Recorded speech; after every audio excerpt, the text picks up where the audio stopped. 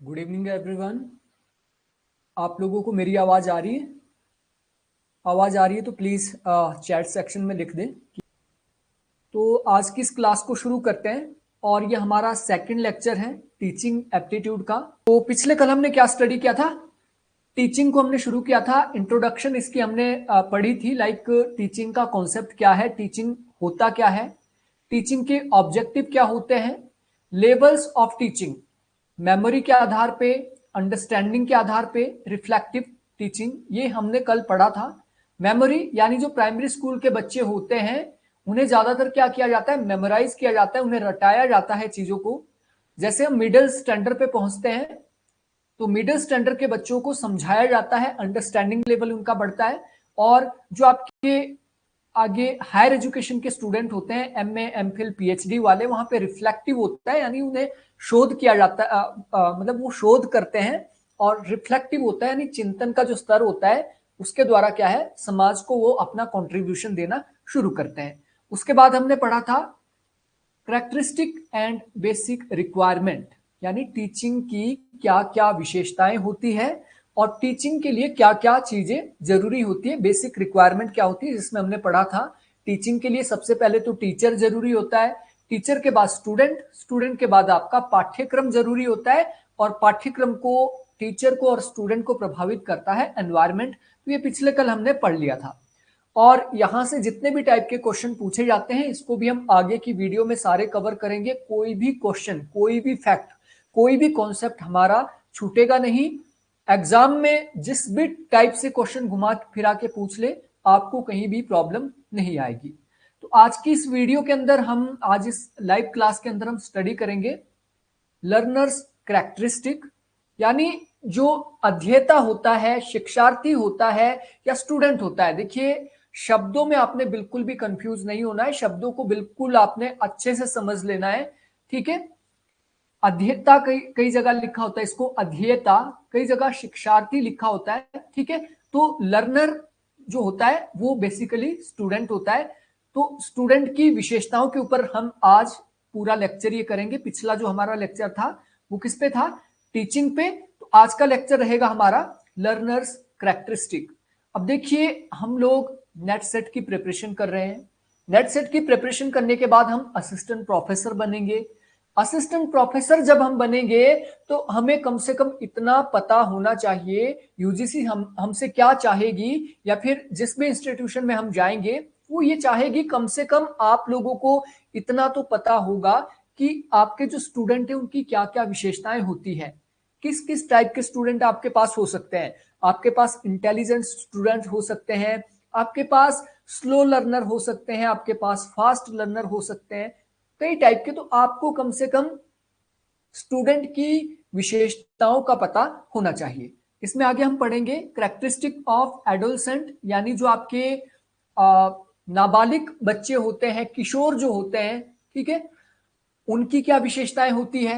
Adult learner जो होते हैं, यानी 18 साल से ऊपर के जो लर्नर होते हैं, बेसिकली 18, अब देखिए 6 साल में आपकी एंट्री होती है, 12 और 6 18, यानी +2 के बाद के जो स्टूडेंट होते हैं उन्हें बेसिकली अडल्ट लर्नर कहा जाता है। जैसे कि ग्रेजुएशन में और एमए में, एमफिल में, पीएचडी में, तो यहाँ पे आपके अडल्ट लर्नर, और +2 से नीचे के जितने भी आपके लर्नर हो गए उन्हें कहा गया है एडोलसेंट, यानी नाबालिग या किशोर लर्नर। उसके बाद हम देखेंगे academic, social, emotional and cognitive, यानी जो लर्नर हमारे होते हैं, जो स्टूडेंट होते हैं, उनकी एकेडमिक विशेषताएं क्या होती है, उनकी सामाजिक विशेषताएं क्या हो सकती है, उनकी इमोशनल विशेषताएं क्या हो सकती है, और उनकी संज्ञानात्मक यानी कॉग्निटिव विशेषताएं क्या हो सकती है। और सबसे लास्ट में हम देखेंगे इंडिविजुअल डिफरेंसेस क्या होते हैं स्टूडेंट्स के अंदर। तो ये सब हम पढ़ने वाले हैं, ठीक है। तो सबसे पहले देखिए, हम शुरू करने वाले हैं शिक्षार्थी की विशेषताओं से, यानी जो आपका स्टूडेंट होता है, लर्नर होता है, उसकी क्या क्या विशेषताएं हो सकती है। और यहां से जो क्वेश्चंस आपके बनते हैं वो इस तरीके से बनते हैं, निम्नलिखित में से कौन सी विशेषताएं शिक्षार्थी की नहीं है, या निम्नलिखित में से कौन सी विशेषताएं अध्येता की नहीं है, या फिर इसका उल्टा पूछा जा सकता है कि इसमें से कौन सी विशेषताएं शिक्षार्थी की है या लर्नर की इनमें से कौन सी विशेषताएं हैं। और यहां पे कंफ्यूज आपको कैसे किया जाता है, इसमें से फॉर एग्जांपल आपको 4 ऑप्शन दिए हैं, ये पहली भी आपकी शिक्षार्थी की विशेषता है, दूसरी भी है, तीसरी भी है और चौथी विशेषता आपको टीचर की दे दी जाएगी। तो इस तरीके से ये क्वेश्चन आपके रहते हैं, बहुत सिंपल रहते हैं। अगर आपको कॉन्सेप्ट समझ आ गया, आपको यहाँ पे रटने की जरूरत नहीं है, कॉन्सेप्ट आपको समझ आ गया, दैट्स मीन आपका काम हो गया, आपको फिर कहीं भी दिक्कत नहीं आएगी क्वेश्चंस को सॉल्व करने में। तो सबसे पहले देखिए, शिक्षार्थी की कई विशेषताएं होती है, उसकी एकेडमिक विशेषताएं हो सकती है, उसकी पर्सनल विशेषताएं हो सकती है, उसकी मानसिक विशेषताएं हो सकती है। तो सबसे पहले देखते हैं, जो आपका एक स्टूडेंट होता है, जो शिक्षार्थी होता है, उसकी शैक्षिक विशेषताएं क्या होती है। देखिए, एकेडमिक लेवल पे एक जो स्टूडेंट होता है उसके अंदर सीखने की इच्छा हो सकती है, ठीक है। एक अच्छा जो शिक्षार्थी होता है, क्वेश्चन इस तरीके से अक्सर पूछे गए हैं प्रीवियस ईयर में कि एक गुड लर्नर की विशेषताएं क्या है, अच्छे शिक्षार्थी की विशेषताएं क्या है। या फिर क्वेश्चन इस तरीके से पूछा गया है कि इनमें से एक अच्छे शिक्षार्थी की सबसे महत्वपूर्ण विशेषता कौन सी है। हालांकि 4 जो ऑप्शन दिए होते हैं, चारों ऑप्शन उसमें शिक्षार्थी की विशेषताएं दी होती है, उनमें से भी आपको बताना है कि सबसे बेस्ट कौन सी है इसमें से। देखिए, सबसे बेस्ट होती है सीखने की इच्छा। एक अच्छा शिक्षार्थी हमेशा क्या होता है, जिज्ञासु होता है। जिज्ञासु का मतलब उसके अंदर सीखने की ललक होती है, जिज्ञासा होती है, सीखने की इच्छा होती है, ठीक है। हमेशा वो क्या रहता है, उत्सुक रहता है। और अगर आपके अंदर उत्सुकता नहीं है, अगर आपके अंदर जिज्ञासा नहीं है, तो आप कोई भी चीज सीख नहीं सकते हैं। दूसरी, ग्रहणशीलता, यानी वो चीजों को क्या है, अडॉप्ट कर लेता है, उसके अंदर चीजों को अडॉप्ट करने की एक विशेषता होती है, यानी वे नई जानकारी और अवधारणाओं को आसानी से समझने और उनको ग्रहण करने में सक्षम होते हैं। अगली, एकाग्रता। एक जो अच्छा लर्नर होता है, एक अच्छा जो शिक्षार्थी होता है, उसमें एकाग्रता होती है, मतलब उसका ध्यान इधर उधर ज्यादा नहीं भटकता है। जैसे आप अभी टीचिंग एप्टीट्यूड पढ़ रहे हैं, आपका ध्यान खाने की ओर जा रहा है कि भूख भी लगी है, 8 बज गए, ऐसा नहीं होना चाहिए। शिक्षार्थी की विशेषता होती है एकाग्रता। जिस चीज को वो पढ़ रहा होता है, बिल्कुल उसमें उसका ध्यान जाना चाहिए, उधर ही उसका ध्यान रहना चाहिए। अगर उसका ध्यान भटक रहा है, दैट्स मीन उसके अंदर अच्छे शिक्षार्थी की जो विशेषताएं होती है उसकी थोड़ी कमी है, ठीक है। अगली जो इसकी एकेडमिक विशेषता है वो है समस्या समाधान। एक अच्छा शिक्षार्थी समस्याओं का विश्लेषण कर सकते हैं और रचनात्मक समाधान उसके ढूंढ सकते हैं। आलोचनात्मक सोच उसके अंदर होती है, क्रिटिकल सोच हमेशा एक अच्छे शिक्षार्थी के अंदर होती है। आपको किसी ने बोल दिया कि देखिए, ये जो बारिश होती है, बारिश इंद्र देवता करते हैं, ठीक है, बारिश इंद्र देवता करते हैं। लेकिन अगर आपके अंदर आलोचनात्मक सोच नहीं है, क्रिटिकल आपके अंदर सोच नहीं है, आप बोलोगे, आप पूछोगे अपने टीचर से, ये जो इंद्र देवता कहां जैसे बैठे होते हैं, तो बोलेंगे जी वो आसमान में बैठे होते हैं। तो बोलेंगे आसमान में कैसे बैठे होते हैं, आसमान में तो कोई बैठने की कोई जगह नहीं है, ये तो हवा है, हवा में कैसे बैठ रहे हैं। दैट्स मीन उसके अंदर आलोचनात्मक यानी क्रिटिकल सोच होती है, और क्रिटिकल सोच ही आपको साइंटिफिक मेथड को अडॉप्ट करने में और आपको साइंटिफिक बनाने में मदद करती है। अगली है स्मरण शक्ति। उसके अंदर मेमोरी की पावर भी होनी चाहिए, यानी उसको याद रखने की क्षमता भी उसके अंदर होनी चाहिए। एक जो अच्छा शिक्षार्थी होता है वो चीजों को याद कर सकता है, ठीक है। अगला, व्यक्तिगत विशेषता। अभी हमने देखी कौन सी विशेषताएं, एकेडमिक विशेषताएं। अगली व्यक्तिगत यानी पर्सनल विशेषताएं क्या हो सकती है। देखिए, पर्सनल विशेषताओं में आत्म अनुशासन। पर्सनल विशेषताओं में सबसे पहले आ जाता है पर्सनल यानी व्यक्तिगत। व्यक्तिगत तौर पे आपके अंदर आत्म अनुशासन होना चाहिए। अगर आपके अंदर अनुशासन है, आपको डंडे के दम पे अगर कोई कंट्रोल कर रहा है तो उसे आत्म अनुशासन नहीं करेगा, तो डर के मारे आप कर रहे हैं।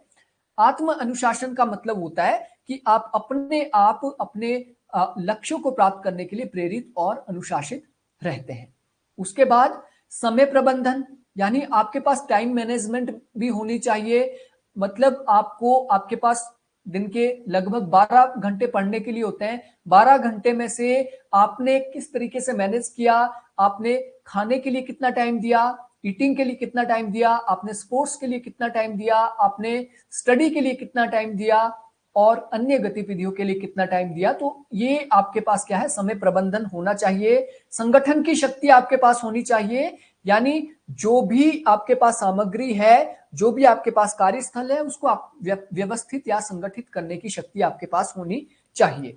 लचीलापन, अब देखिए लचीलापन भी इंपॉर्टेंट है, फ्लेक्सिबिलिटी भी इंपॉर्टेंट है व्यक्तिगत विशेषताओं में। ऐसा नहीं कि अड़ियल बना हुआ है, देखिए जी 12 से 1 बजे मेरा पढ़ने का ही टाइम है तो मैं पढ़ूंगा ही पढ़ूंगा, भले ही वहां पे आपके घर में बाढ़ आ गई है, पानी घुस गया है, बस आप पढ़ रहे हैं, तो ये नहीं होना चाहिए। लचीलापन हमेशा एक अच्छे लर्नर के अंदर होता है। सहयोग, वे दूसरों के साथ मिलकर काम कर सकते हैं, समूहों में प्रभावी ढंग से वो योगदान दे सकते हैं, यानी एक अच्छा लर्नर के अंदर व्यक्तिगत विशेषता ये है कि वो टीम वर्क भी कर पाए। संचार, यानी उसके अंदर कम्युनिकेशन स्किल होनी चाहिए, अपने विचारों को स्पष्ट रूप से वो रख सके और स्पष्ट रूप से वो क्या है, संचार कर सके, कम्युनिकेशन कर सके, तो वो एक अच्छा लर्नर होता है। इसके अतिरिक्त विशेषताओं की अगर हम बात करें, एक अच्छे लर्नर की जो विशेषताएं होती है उसके अंदर क्रिएटिविटी होती है, रचनात्मकता होती है, वो नए विचारों और अवधारणाओं के साथ आ सकते हैं। उनके अंदर जिज्ञासा होती है, जैसे हमने पहले ही बात की थी, वे दुनिया के बारे में जानने और नई चीजों का पता लगाने के लिए उत्सुक हमेशा रहते हैं। उनके अंदर जुनून होता है, कुछ भी करने का जुनून होता है उनके अंदर, ठीक है। हमेशा वे सीखने और ज्ञान प्राप्त करने के लिए भावुक रहते हैं, उत्सुक रहते हैं, उनके अंदर जुनून होता है, उनके अंदर आत्मविश्वास होता है, वे अपनी क्षमताओं में विश्वास करते हैं और जोखिम लेने के लिए हमेशा तैयार रहते हैं। नैतिकता यानी मॉरलिटी, वे ईमानदारी, सच्चाई और न्याय जैसे मूल्यों का पालन करते हैं। और दोस्तों ये भी ध्यान रखना महत्वपूर्ण है कि सभी छात्रों में ये सभी विशेषताएं समान रूप से नहीं होती है। देखिए किसी स्टूडेंट के अंदर रचनात्मकता ज्यादा हो सकती है, क्रिएटिविटी ज्यादा हो सकती है, और जो क्रिएटिविटी वाले स्टूडेंट होते हैं ज्यादातर वो आर्ट्स लेते हैं, ठीक है, क्रिएटिविटी वाले। और जिनके अंदर लाइक अडॉप्टेबिलिटी ज्यादा होती है, तो किसी भी सिचुएशन को अडॉप्ट कर सकते हैं, वो कई अन्य सब्जेक्ट ले सकते हैं। दैट्स मीन यहाँ पे कहने का मतलब ये है कि सभी में ये विशेषताएं समान नहीं होती है और प्रत्येक छात्र अद्वितीय होता है। अद्वितीय मतलब उसका कंपैरिजन दूसरे से नहीं किया जा सकता है और अपनी ताकत और कमजोरियों के साथ वो आता है। अब देखिए इंपॉर्टेंट चीज हमारे लिए यहां पे क्या है, शिक्षार्थी देखिए 2 टाइप के होते हैं, जैसा कि हमने पहले ही देखा था अभी जब हम सिलेबस देख रहे थे। एक एडोलसेंट यानी एक किशोर शिक्षार्थी होता है जो कि आपका 1ली से लेकर 12वीं तक का होता है। दूसरा आपका होता है अडल्ट, जो कि 12वीं के बाद का आपका स्टूडेंट होता है, उसे क्या कहा जाता है, अडल्ट उसे कहा जाता है, ठीक है। तो सबसे पहले हम देखते हैं किशोर शिक्षार्थी यानी एडोलसेंट जो आपका लर्नर होता है उसकी क्या विशेषताएं होती है, और ये आपके लिए इंपॉर्टेंट है और अक्सर यहां से क्वेश्चन पूछे जाते हैं। देखिए एडोलसेंट को भी 2 भागों में डिवाइड किया जाता है। पहला 3 साल से 11 साल की आयु तक, 3 साल का जो बच्चा होता है वो लर्नर होता है, क्योंकि 3 साल का बच्चा आपका आंगनवाड़ी में दाखिल किया जाता है या आपके जो प्ले स्कूल होते हैं वहां पे उसको दाखिल किया जाता है 3 साल में, ठीक है। और 11 साल तक लगभग वो 4ठी या 5वीं क्लास तक यानी प्राइमरी जो स्कूलिंग है 11 साल तक वो पूरी कर लेता है। उसके बाद वो मिडिल स्कूल में जाता है 5वीं 6ठी 7वीं 8वीं 9वीं 10वीं 11वीं 12वीं तक। तो सबसे पहले देखिए बाल शिक्षार्थी जो होते हैं उनकी क्या विशेषताएं होती है। सबसे पहले देखते हैं संज्ञानात्मक विकास। संज्ञानात्मक का मतलब होता है कॉग्निटिव डेवलपमेंट। कॉग्निटिव डेवलपमेंट का मतलब होता है कि वो चीजों को कितना समझ पा रहा है, वो ज्ञान को कितना समझ पा रहा है, आपको जो ज्ञान दिया जाता है वो आपके दिमाग में कितना पड़ रहा है। संज्ञानात्मक का मतलब है कि फॉर एग्जाम्पल मैंने आपको बोला कि आसमान में बहुत सारे तारे हैं, ये अनगिनत है, अनगिनत है। तो जो एक संज्ञानात्मक विकास होता है, तो जो जिसको बहुत मतलब आप कह सकते हैं जिसका संज्ञानात्मक विकास हुआ है, तो मैं अगर कहूंगा कि अनगिनत तारे हैं तो आपको ये समझ आ जाएगा, अनगिनत यानी जिसको गिना नहीं जा सकता, इतने सारे हैं कि काउंट नहीं किया जा सकता है। दैट्स मीन आपका संज्ञानात्मक विकास हुआ है। तो सिंपल शब्दों में अब देखिए संज्ञानात्मक विकास में क्या होता है, सबसे पहले मूर्त शिक्षार्थी, एब्स्ट्रैक्ट इसे कहा जाता है इंग्लिश में। ये कैसा होता है, एब्स्ट्रैक्ट लर्नर होता है। 2 चीजें होती है, एक होता है आपका अमूर्त, ये चीजें आपको पता होना चाहिए, और अक्सर ये एग्जाम में इस तरीके से पूछा जाता है। एक अमूर्त होता है, दूसरा होता है आपका मूर्त। एक अमूर्त होता है, दूसरा होता है आपका मूर्त। जैसे पॉलिटिकल साइंस के हम स्टूडेंट है, राज्य क्या होता है? राज्य होता है अमूर्त, क्योंकि राज्य को देखा नहीं जा सकता है। बोलेंगे कि राज्य ने दंडित कर दिया, राज्य ने दंडित कर दिया और जेल में डाल दिया। अब राज्य क्या है? राज्य तो अमूर्त है, और राज्य का जो मूर्त रूप होता है वो होता है सरकार। सरकार तो देखी जा सकती है, प्रधानमंत्री भी देखा जा सकता है, राष्ट्रपति भी देखा जा सकता है, राज्य तो नहीं देखा जा सकता, उसकी बाउंड्री नहीं देखी जा सकती है। अमूर्त चीजें वो चीजें होती है जो हम देख नहीं सकते हैं। एक्चुअल में ये अवधारणाएं जो होती है ये अमूर्त होती है, और जिन चीजों को हम छू सकते हैं, देख सकते हैं, समझ सकते हैं, उन्हें कहा जाता है मूर्त। ठीक है, तो छोटे बच्चे होते हैं, छोटे बच्चे कैसे होते हैं? मूर्त शिक्षार्थी होते हैं, यानी बच्चे अवधारणाओं को समझने के लिए काफी हद तक प्रत्यक्ष अनुभवों और ठोस वस्तुओं पर निर्भर करते हैं। अगर हमने उनको बोल दिया कि आसमान जो है, आसमान नीला है, नीला क्यों है? क्योंकि समुद्र से रिफ्लेक्ट होती है आपकी जो, क्योंकि पानी ज्यादा है हमारे पास, पानी रिफ्लेक्ट होता है, पानी का रंग नीला होता है, तो उनको ये चीजें समझ नहीं आएगी। तो दैट्स मीन ये है, इसका मतलब ये है कि जो चीजें उन्हें दिखती हैं, जिन चीजों को वो छू सकते हैं, उन चीजों को ही वो समझ सकते हैं, वो अमूर्त अवधारणाओं को नहीं समझ सकते। अगर हम छोटे बच्चे को ये कहें, चौथी पांचवी का जो बच्चा है, कि सरकार जो है, जो आपका राज्य है, वो 4 तत्वों से मिलकर बनता है। ठीक है, सरकार हो गया, प्रभु सत्ता हो गया, भूमि हो गया, जनसंख्या हो गया।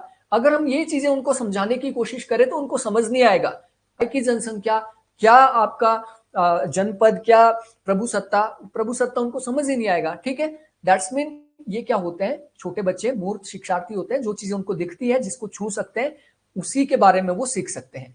देखिए, इस अवस्था में उनका तेजी से विकास होता है। कहा यह जाता है कि जितना विकास बच्चे का 3 से 5 साल तक जितना बच्चा सीख लेता है, उतना वो आगे की जिंदगी में सीखता है। ठीक है, दैट्स मीन यहाँ पे तेजी से उनका विकास होता है। उनकी जो मेमोरी होती है, समस्या समाधान और आलोचनात्मक सोच जैसे संज्ञानात्मक कौशल तेजी से विकसित यहाँ पे होने शुरू हो जाते हैं। कब तक? आपके 3 से 11 साल की आयु तक। कम ध्यान देने की अवधि। देखिए, छोटे बच्चे होते हैं, उनकी जो विशेषता होती है, मेन विशेषता ये होती है कि वो ध्यान कम देते हैं चीजों की ओर, यानी बच्चों का ध्यान कम रहता है, इसलिए उन्हें बार बार ब्रेक और आकर्षण गतिविधियों की आवश्यकता होती है। ठीक है, ध्यान कम रहता है, उनका ध्यान भटकता है, कभी पानी की ओर जा रहा है, कभी खाने की ओर जा रहा है, कभी घर की ओर जा रहा है, कभी कहीं जा रहा है। इसलिए उनको क्या है, बार बार ऐसी चीजें या फिर ऐसे एग्जाम्पल देने होते हैं, ऐसे एक्टिविटीज उनके सामने करनी पड़ती है ताकि उनका ध्यान शिक्षक की ओर जाए। अगला देखिए, ये पहला हमने देख लिया कॉग्निटिव, दूसरा है आपका सामाजिक और भावनात्मक विकास।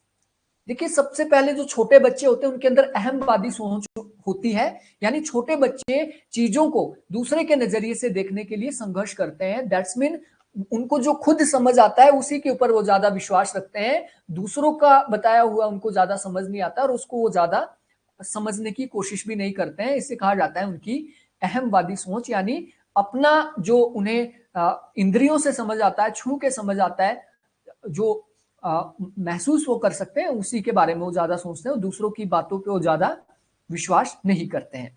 अगला है खेल आधारित सीखना, यानी खेल ही वह प्राथमिक तरीका है जिससे बच्चे सीखते हैं और सामाजिक कौशल विकसित करते हैं। तो बच्चे सीखे खेल खेल में, इस तरीके की किताबें भी आपने देखी होगी। ठीक है, तो बच्चे बेसिकली खेल खेल में ही सीखते हैं।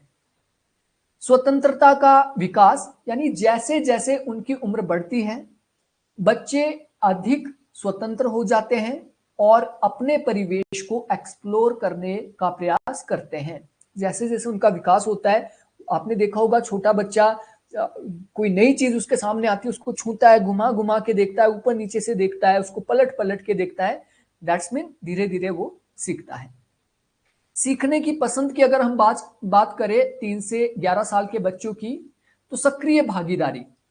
बच्चे सीखने के लिए ऐसे माहौल में पनपते हैं जिसमें सक्रिय भागीदारी, गतिविधि और अन्वेषण होते हैं। बाल सभाएं की जाती है, बच्चों को ग्रुप में बिठाया जाता है, ग्रुप स्टडी उनकी कराई जाती है, उनको एक बच्चा खड़ा कर दिया, उसको पढ़ने के लिए कहा, दूसरे बच्चे उसके पीछे रट रहे हैं, एक बच्चे को खड़ा कर दिया, वो पहाड़े बोल रहा है, दूसरा बच्चा जो दूसरे बच्चे हैं वो उसको रिपीट कर रहे हैं उसके साथ। तो इसीलिए क्योंकि सक्रिय भागीदारी इसमें बच्चों की होती है। सकारात्मक दृष्टि सुदृष्टिकरण, देखिए प्रेरणा के लिए सकारात्मक सुदृष्टिकरण और प्रोत्साहन यहाँ पे आवश्यक है। दृश्य सहायक सामग्री यूज की जा सकती है, जैसे छोटे बच्चे आपने आंगनवाड़ी में देखे होंगे, चित्र लगे होते हैं जगह जगह पे, दीवारों में चार्ट लगे होते हैं और अन्य सामग्री समझने में सहायता उनकी करती है। तो सीखते कैसे हैं बच्चे? सीखते हैं बच्चे सक्रिय भागीदारी से, सकारात्मक दृष्टिकरण से और दृश्य सहायक सामग्री के द्वारा। यानी देख के बच्चे ज्यादा समझते हैं, सुन के उतना नहीं समझ पाते हैं छोटे बच्चे। उसके बाद देखते हैं किशोर शिक्षार्थी। किशोर शिक्षार्थी जो 12 से 18 साल के होते हैं उन्हें कहा जाता है एडोलसेंट यानी किशोर शिक्षार्थी, और इनकी जो आयु होती है 12 से 18 साल होती है।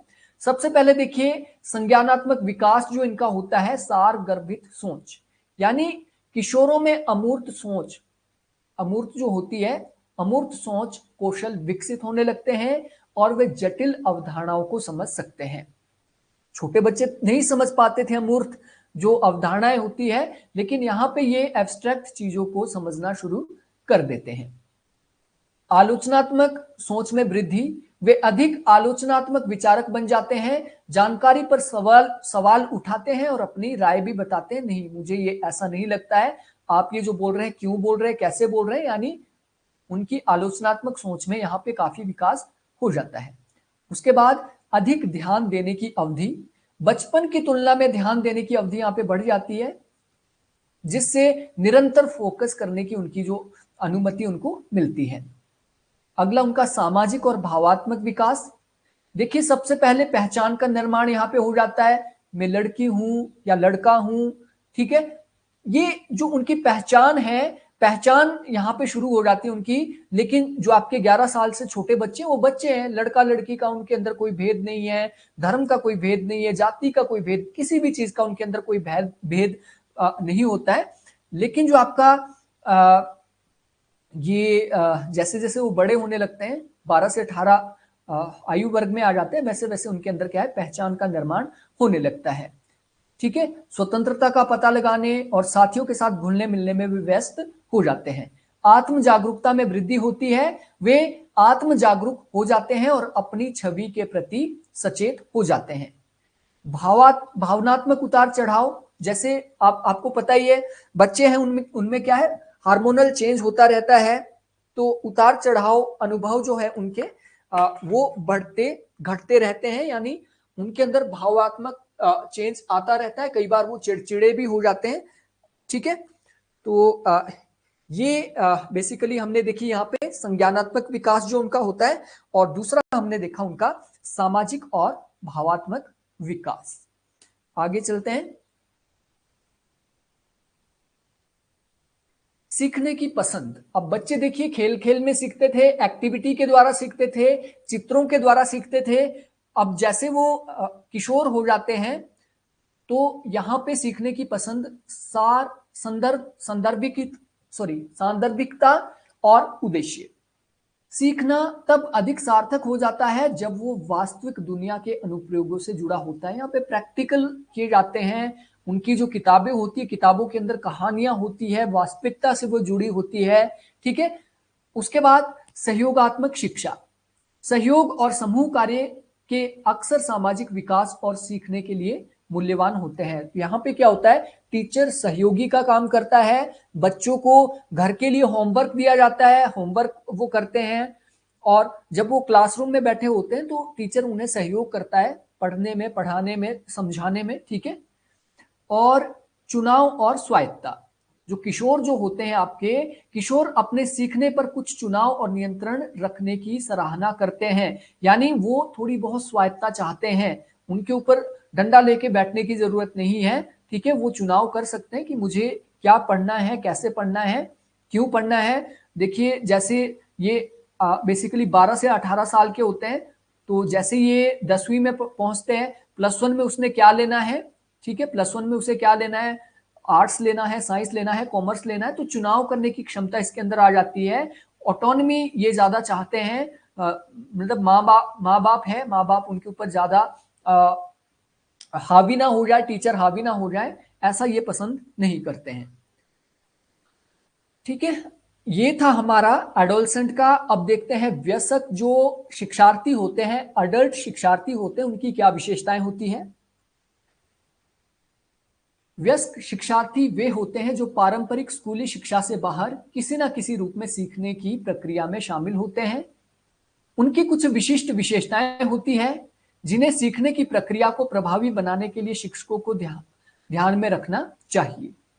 वयस्क शिक्षार्थियों की कुछ महत्वपूर्ण विशेषताएं होती है। सबसे पहली विशेषताएं अनुभव और ज्ञान का आधार, यानी जो अडल्ट होते हैं, +2 के बाद के जो स्टूडेंट होते हैं, उनके पास कुछ एक्सपीरियंस होता है। अडल्ट शिक्षार्थियों के पास अक्सर जीवन के कुछ अनुभवों और पिछली शिक्षा का एक समृद्ध आधार होता है। वे इस ज्ञान को नई चीजें सीखने के लिए लागू करना चाहते हैं।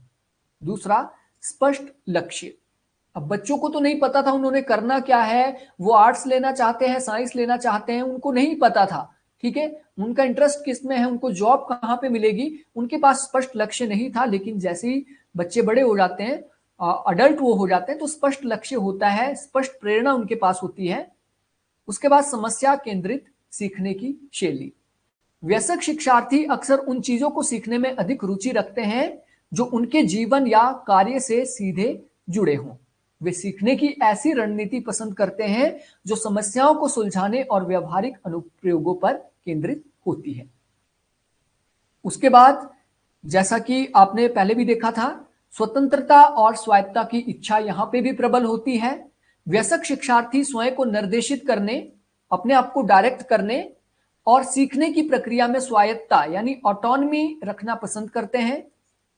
वे सहभागी सीखने के माहौल को पसंद करते हैं जहां उनके विचारों और अनुभवों को महत्व दिया जाए। सहभागी यानी टीचर और स्टूडेंट के बीच जो रिलेशन यहाँ पे होता है वो सहभागी होता है, पार्टिसिपेटरी होता है। स्टूडेंट की राय भी यहाँ पे टीचर सुनते हैं और टीचर अपनी राय भी उनको बताते हैं और अनुभवों पर यहाँ पे काफी महत्व दिया जाता है। समय की कमी। वयस्क शिक्षार्थियों के पास अक्सर सीखने के लिए सीमित समय होता है। उनके पास परिवार, काम और अन्य जिम्मेदारियां होती है। आपको पता ही है, जैसे ही ग्रेजुएशन हो जाती है तो बच्चे के ऊपर परिवार की जिम्मेवारियां भी आ जाती है, घर के कामकाज होते हैं, अन्य जिम्मेदारियां, कई जिम्मेदारियां हो जाती है। इसलिए उन्हें संक्षिप्त और प्रभावी सीखने की रणनीतियों की आवश्यकता होती है। इनके अलावा वयस्क शिक्षार्थियों की कुछ और भी विशेषताएं हैं, जैसे आत्म नियंत्रण और अनुशासन, यानी जो आपका अडल्ट शिक्षार्थी होता है वो अपने ऊपर आत्म नियंत्रण कर सकता है, अपने आप को वो अनुशासित कर सकता है और सहयोग और टीम वर्क में ये विश्वास रखते हैं। वे दूसरों के साथ मिलकर काम करने और समूहों में सीखने में सहज होते हैं। संचार कौशल जो उनका होता है, कम्युनिकेशन जो उनकी होती है, कम्युनिकेशन स्किल, वे स्पष्ट रूप से अपने विचारों और अनुभवों को व्यक्त कर सकते हैं। ये ध्यान रखना महत्वपूर्ण है कि सभी वयस्क शिक्षार्थी एक जैसे नहीं होते हैं। जैसे कि एडोलसेंट, वैसे ही आपके अडल्ट शिक्षार्थी एक जैसे नहीं होते हैं। उनकी सीखने की शैली, लक्ष्य और प्रेरणाएं भिन्न हो सकती है। शिक्षकों को इन भिन्नताओं को समझना चाहिए और वयस्क शिक्षार्थियों की आवश्यकताओं के अनुरूप सीखने का वातावरण बनाना चाहिए। अब देखिए, ये चीजें हम पहले ही पढ़ चुके हैं जब हमने ये लेक्चर शुरू किया था। कहां से शुरू किया था? यहां से। शिक्षार्थी की विशेषताएं हमने देखी, शिक्षार्थी की शैक्षिक विशेषताएं हमने देखी। उसके बाद हमने उसकी ये शैक्षिक के बाद व्यक्तिगत विशेषताएं देखी। उसके बाद हमने अतिरिक्त विशेषताएं देखी। इसको मोटे तौर पर हम रिपीट यहाँ पे करेंगे, एक मोटे मोटे तौर पे हम इसको रिवाइज करने की कोशिश करेंगे ताकि आपको कोई भी यहाँ पे दिक्कत ना हो प्रश्नों को हल करने की। Characteristic of learner, academic, social, emotional and cognitive. एक एक करके इसको हम यहाँ पे समझेंगे। देखिए, शिक्षार्थी की विशेषताएं विभिन्न पहलुओं को शामिल करती है जो यह प्रभावित करती है कि वे सीखने को कैसे अपनाते हैं और उसमें कैसे सफल होते हैं। इन विशेषताओं को मुख्य तौर पे 4 मुख्य क्षेत्रों में वर्गीकृत किया जाता है, जो कि है आपका academic, social, emotional and cognitive. तो सबसे पहले देखते हैं हम एकेडमिक यानी शैक्षणिक विशेषताएं। और यहां से क्वेश्चन प्रीवियस ईयर में 3 से 4 बार क्वेश्चन आए हैं कि शिक्षार्थी की कौन सी विशेषताएं होती है। सबसे पहली विशेषताएं होती है पूर्व ज्ञान। कोई भी लर्नर होता है उसके पास पूर्व ज्ञान होता है, यानी शिक्षार्थी सीखने की स्थिति में क्या मौजूदा ज्ञान लाता है। कोई एक स्टूडेंट है, उसको यह पढ़ाया जाता है कि फॉर एग्जाम्पल राजनीति के बारे में उसको पढ़ाया जाता है, राजनीति शास्त्र के बारे में, तो उसका पूर्व ज्ञान क्या होता है कि उसको राजनीति के बारे में थोड़ा बहुत पता होता है।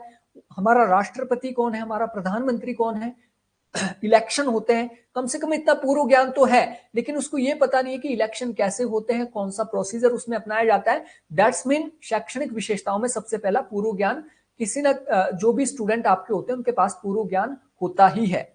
शैक्षणिक कौशल भी उनके पास होता है। क्या शिक्षार्थी के पास मजबूत पढ़ने, लिखने और आलोचनात्मक सोच कौशल है, ये इंपॉर्टेंट यहां पे रहता है। उसके बाद अध्ययन आदतें, यानी एक शिक्षार्थी के पास क्या होता है, लर्निंग की आदतें माँ बाप से भी उसको मिल सकती है, हेरिडेटरी भी हो सकती है। घर में उसके माँ बाप पढ़ते हैं, उसके बड़े बुजुर्ग पढ़ते हैं, बड़े भाई बहन पढ़ते हैं या नहीं पढ़ते हैं, तो शैक्षणिक आदतें उसके पास हो सकती है। अध्ययन आदतें। सीखने के लक्ष्य, ठीक है, सीखने के लक्ष्य क्या है, किसी भी शिक्षार्थी के पास हो सकते हैं कि आखिर वो क्यों पढ़ना चाहता है, वो क्या हासिल करना चाहता है पढ़ के। ये थी आपकी शैक्षणिक विशेषताएं। अब देखते हैं सामाजिक विशेषताएं, सोशल कैरेक्टरिस्टिक।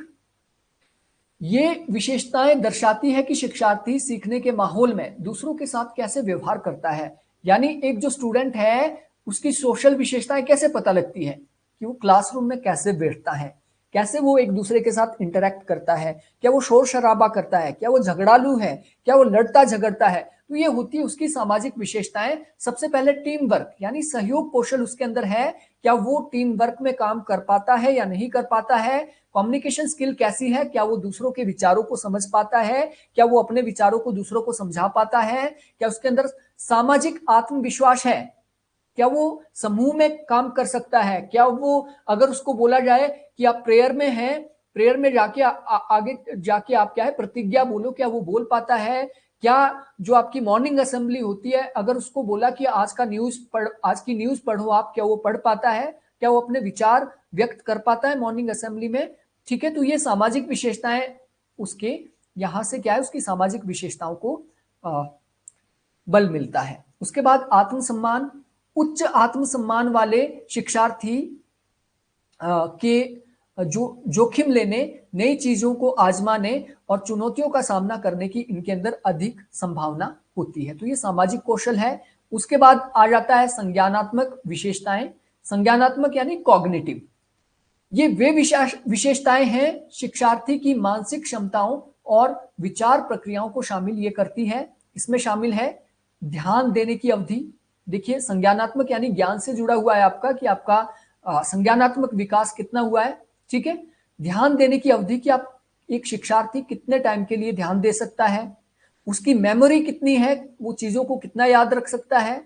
समस्या समाधान कौशल उसके अंदर कितना है। कोई आपको प्रॉब्लम दे दी कि एक गांव में बाढ़ आ गई तो आप क्या करोगे, तो ये एक प्रकार की समस्या उसके सामने दी जाएगी।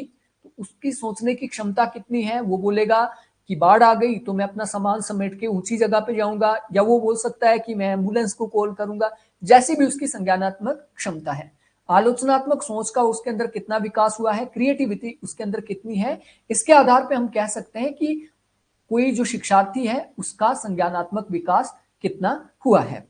शिक्षार्थी की इन विभिन्न संज्ञानात्मक विशेषताओं को समझने से शिक्षक और प्रशिक्षक अपने शिक्षण विधियों को अपने छात्रों की विधि आवश्यकताओं को पूरा करने के लिए तैयार कर सकते हैं। यह सभी के लिए एक अधिक समावेशी और प्रभावी सीखने का वातावरण बनाता है। व्यक्तिगत अंतर, ये आपका लास्ट टॉपिक था, शिक्षार्थियों में व्यक्तिगत अंतर। देखिए हमने ये पहले ही आपको बता दिया, जो स्टूडेंट होते हैं उनमें अलग अलग अंतर होते हैं। एक स्टूडेंट फास्ट लर्नर है, एक स्लो लर्नर है, एक को चीजें जल्दी समझ आती है, एक को लेट आती है, एक क्रिएटिविटी में विश्वास रखता है, एक ये है कि बस काम चल रहा है। ठीक है, तो व्यक्तिगत अंतर क्या क्या हो सकते हैं शिक्षार्थियों के अंदर? सबसे पहले देखिए, शारीरिक भिन्नताएं हो सकती है। डेफिनेटली शारीरिक बनावट, एक आदमी लंबा चौड़ा है, एक छोटा है, एक मोटा है, एक पतला है, ठीक है, ये शारीरिक भिन्नताएं होती है। उसके बाद शारीरिक क्षमताएं, कुछ जो छात्र होते हैं वो एथलेटिक्स हो सकते हैं, जबकि अन्य कम शारीरिक रूप से सक्रिय हो सकते हैं। ठीक है, तो कुछ लोग ऐसे हैं जो स्पोर्ट्स में जाएंगे, कुछ बच्चे ऐसे हैं जो आगे चलकर मिलिट्री की तैयारी करेंगे, तो शारीरिक क्षमताएं अलग हो सकती है। संवेदी प्राथमिकताएं, यानी कुछ छात्र दृश्य शिक्षार्थी होते हैं, यानी वो देख के ज्यादा सीखते हैं, और कुछ ऐसे होते हैं जो श्रवण यानी सुनकर ज्यादा सीखते हैं। कुछ ऐसे होते हैं जो पढ़ के ज्यादा सीखते हैं। तो ये अलग अलग विशेषताएं, इनके अंदर शारीरिक विशेषताएं हो सकती है। उसके बाद संज्ञानात्मक विभिन्नताएं, सबसे पहले बुद्धिमत्ता, विभिन्न व्यक्तियों में बुद्धि स्तर में अंतर होता है। कई का आईक्यू लेवल काफी ज्यादा होता है, कुछ स्टूडेंट का आईक्यू लेवल जो है वो काफी कम हो सकता है। तो बुद्धिमत्ता के आधार पे भी अंतर पाए जा सकते हैं शिक्षार्थियों में। सीखने की शैली, कुछ छात्र तार्किक होते हैं जबकि कुछ रचनात्मक होते हैं, कुछ तर्क करते हैं, कुछ लॉजिकल होते हैं, कुछ क्रिएटिव होते हैं। स्मृति के आधार पर बात करें, कुछ छात्रों में तीव्र स्मरण शक्ति होती है, याद रखने की शक्ति होती है, और कुछ को अधिक अभ्यास की आवश्यकता होती है। ऐसा नहीं है कि याद रख नहीं पाते, कुछ को जल्दी याद हो जाता है, कुछ को टाइम लग सकता है, लेकिन याद वो करते हैं। अगली है भावनात्मक और सामाजिक भिन्नताएं। सबसे पहले देखिए व्यक्तित्व। ठीक है, भावनात्मक व्यक्तित्व क्या होता है? आपका जो कैरेक्टर होता है। कुछ छात्र अंतर्मुखी होते हैं जबकि कुछ बहिर्मुखी होते हैं। अंतर्मुखी का मतलब होता है कुछ छात्र कैसे होते हैं, व्यक्तित्व शर्मीला व्यक्तित्व होता है कुछ छात्रों का, और कुछ छात्र क्या होते हैं, ओपन होते हैं, वो शर्म महसूस नहीं करते हैं। कुछ छात्र का व्यक्तित्व डरपोक वाला हो सकता है, कुछ का बेबाक हो सकता है। प्रेरणा की अगर हम बात करें, कुछ छात्र आंतरिक रूप से प्रेरित रहते हैं, मतलब उनको मोटिवेट करने की जरूरत नहीं होती है, वो खुद मोटिवेट हो जाते हैं आंतरिक रूप से, जबकि कुछ को बाहरी रूप से मोटिवेट करना पड़ता है, कुछ डंडे के दम पे, और कुछ आत्म केंद्रित होते हैं। सामाजिक कौशल, कुछ छात्र आसानी से दोस्त बनाते हैं जबकि अन्य को सामाजिक संपर्क में कठिनाई होती है। आपने देखा होगा कुछ स्टूडेंट ऐसे होते हैं क्लास में जिनके फ्रेंड्स ही नहीं बनते हैं, और कुछ के ऐसे होते हैं कि लगभग पूरी क्लास ही उनकी फ्रेंड बन जाती है। पृष्ठभूमि और अनुभवों में भिन्नताएं। देखिए पृष्ठभूमि, कुछ बच्चे ऐसे होते हैं जो गरीब घरों से आते हैं, कुछ बच्चे ऐसे होते हैं जो अमीर घरों से आते हैं, कुछ बच्चे ऐसे होते हैं जिनके माता पिता टीचर्स हैं और उनके माता पिता ने उन्हें बहुत कुछ पढ़ाया है। कुछ बच्चे ऐसे होते हैं उनके माता पिता अनपढ़ हैं, उनको कुछ भी नहीं आता है। ठीक है, तो उनको क्या है, अनुभवों की कमी हो सकती है क्योंकि उनको घर से वो चीजें नहीं मिली है। तो पृष्ठभूमि के आधार पर देखते हैं। सांस्कृतिक पृष्ठभूमि, विभिन्न संस्कृतियों से आने वाले छात्रों की अलग अलग सीखने की शैलियां और मूल्य हो सकते हैं। सामाजिक आर्थिक स्थिति, कम आय वाले परिवारों के छात्रों के पास संसाधनों और अवसरों तक सीमित पहुंच होती है, जबकि जो समृद्ध परिवार होते हैं उनके पास लगभग सारे संसाधन होते हैं। पूर्व ज्ञान, कुछ छात्रों के पास विषय में पहले से ही ज्ञान का आधार हो सकता है, जबकि अन्य छात्रों को बुनियादी अवधारणाओं से शुरुआत करनी होती है। पूर्व ज्ञान मतलब कुछ स्टूडेंट ऐसे हैं जैसे 6 साल की उम्र में उन्हें दाखिल किया जाता है स्कूल में, तो कुछ स्टूडेंट ऐसे हो सकते हैं जिनके पास सामाजिक आर्थिक स्थिति है, उनकी ट्यूशन लगा दी गई 4-5 साल से ही, और 4-5 साल से ABCD सब कुछ सीख के आए हैं, गिनती सीख के आए हैं। जबकि कुछ छात्र ऐसे हैं जो कि ऐसे परिवारों से आए जिनको नॉलेज ही नहीं है, शिक्षा का कोई पता नहीं है, तो उनको गिनती से ABCD से ही यहाँ पे शुरू करना पड़ेगा। दैट्स मीन पूर्व ज्ञान इंपॉर्टेंट इसमें रहता है। भिन्नताओं का प्रभाव क्या रहता है? भिन्नताओं का प्रभाव क्या पड़ता है लर्निंग प्रोसेस पे? सबसे पहले देखिए सीखने की शैली। भिन्नताएं हैं, कुछ छात्र यहाँ पे इंटेलिजेंट हैं, कुछ छात्र ऐसे हैं जिनको कम आता है, कुछ छात्र ऐसे हैं जिनके पास सारे संसाधन हैं, कुछ छात्रों के पास संसाधन कम है। तो इन भिन्नताओं का सबसे पहला प्रभाव पड़ता है सीखने की शैली के ऊपर। शिक्षकों को विभिन्न शिक्षण विधियों का उपयोग करना चाहिए जो विभिन्न प्रकार के शिक्षार्थियों को पूरा कर सके।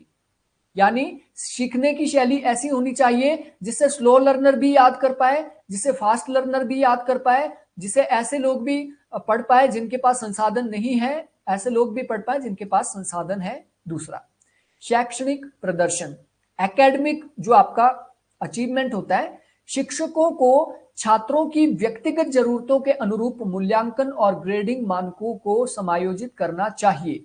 ठीक है, ऐसा नहीं है कि एक बच्चा ऐसा है जो 6 साल की उम्र में स्कूल में भर्ती हुआ है, हालांकि दूसरा भी 6 साल की उम्र में हुआ है, लेकिन एक बच्चा ऐसा है जिसको एबीसीडी भी नहीं आती है, अभी उसको एबीसीडी से शुरू करना है, और दूसरा छात्र ऐसा है जिसको शब्द तक बनाने आ जाते हैं। तो यहां पे क्या करना पड़ेगा, टीचर को ऐसा नहीं करना पड़ेगा कि इसको डांट दिया, भाई तू डफर है, तेरे को तो एबीसीडी भी नहीं आती है, उससे कुछ सीख, ऐसा नहीं होना चाहिए। उसको क्या करना पड़ेगा, जो व्यक्तिगत जरूरतें हैं शिक्षार्थी की, उसके आधार पर उसका मूल्यांकन और ग्रेडिंग करनी चाहिए।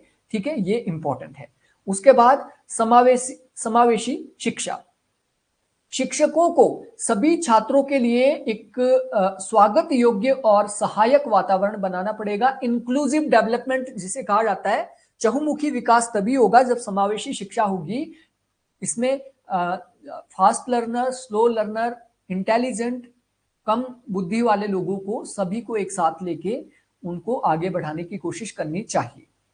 शिक्षार्थियों में व्यक्तिगत अंतर चुनौतियां नहीं है, ये भी इंपॉर्टेंट चीज है कि चुनौतियां नहीं है कि व्यक्तिगत अंतर है, बल्कि वे विविधता और समृद्धि का स्रोत है। यहाँ अलग अलग टाइप के लोग हैं, अलग अलग तरीके की सोच है, कोई इंटेलिजेंट है, कोई कम इंटेलिजेंट है, कोई स्पोर्ट्स में रुचि रखता है, कोई पढ़ने में रुचि रखता है, तो ये कोई चुनौती नहीं है। ठीक है, इन अंतरों को समझकर और उनका सम्मान करके शिक्षक प्रत्येक छात्र की पूरी क्षमता को विकसित करने के लिए एक प्रभावी और समावेशी सीखने का वातावरण बना सकते हैं। तो दोस्तों, इस क्लास के अंदर हमने बेसिकली क्या पढ़ा, हमने इस क्लास के अंदर पढ़ा जो लर्नर होता है, जो शिक्षार्थी होता है, शिक्षार्थी की क्या विशेषताएं होती है, लर्नर की क्या कैरेक्टरिस्टिक होती है, उसके बारे में इस लाइव क्लास के अंदर हमने पढ़ा। अभी आपका कोई क्वेश्चन है तो आप बिल्कुल क्वेश्चन पूछ सकते हैं।